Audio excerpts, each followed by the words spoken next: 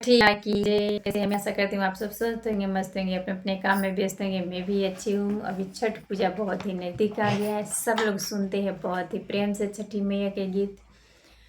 तो मैं बहुत ही प्यारा एक गीत सुनाने जा रही हूँ। आप लोग पूरा सुनिए और पूरा आनंद उठाइए। आधा अधूरा सुनोगे तो आधा अधूरा ही आनंद आएगा, इसलिए आप लोग गीत पूरा सुनिए और पूरा आनंद उठाइए। तो चलिए देर न करते हुए मैं आप सबके बीच में सुना रही हूँ, आप लोग सुनिए।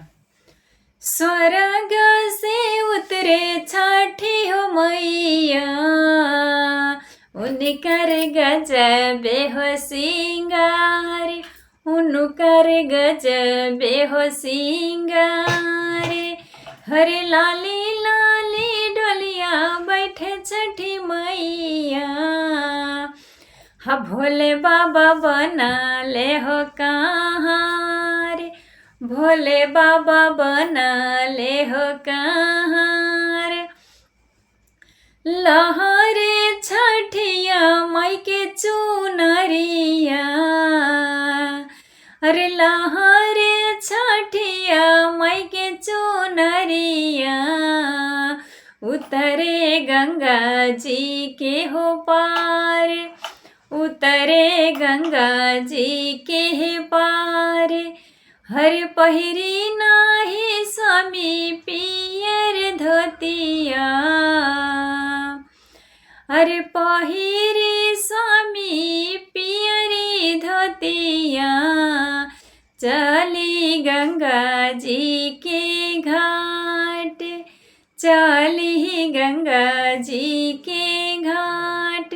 हम पहिरब गदा, हम पहिरब दगा दग पियरिया, करब सोर हो सिंगार, करब सोर हो सिंगार।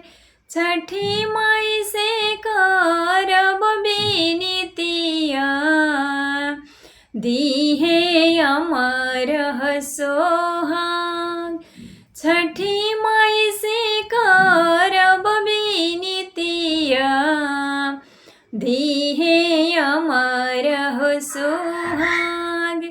अमर रहे मंगा के सिंदूरवा, अमर रहे मंगा के हो सिंदूरवा। चूड़िया खना के लाहात, चूड़िया खना के लाहात, चूड़िया खना के लाहात। अमर रहे गोदी के लालनवा, अमर रहे गोदी के लालनवा। पूजी छठी हम माई, पूजी छठी माई। हर स्वर्ग से उतरे छठी मैया, उनकर गजबे हो सिंगार, उनकर गजबे हो सिंगार, उनकर गजबे हो सिंगार। तो ये छोटा सा प्यारा सा छठी मैया का गीत मैं आशा नहीं उम्मीद करती हूँ आप सबको पसंद आया होगा। अगर पसंद आया होगा तो आप लोग ज़्यादा से ज़्यादा सपोर्ट करिए, शेयर करिए। और मैं मिलती हूँ एक दूसरे वीडियो में नए गीत के साथ। तब तक के लिए छठी मैया की जय।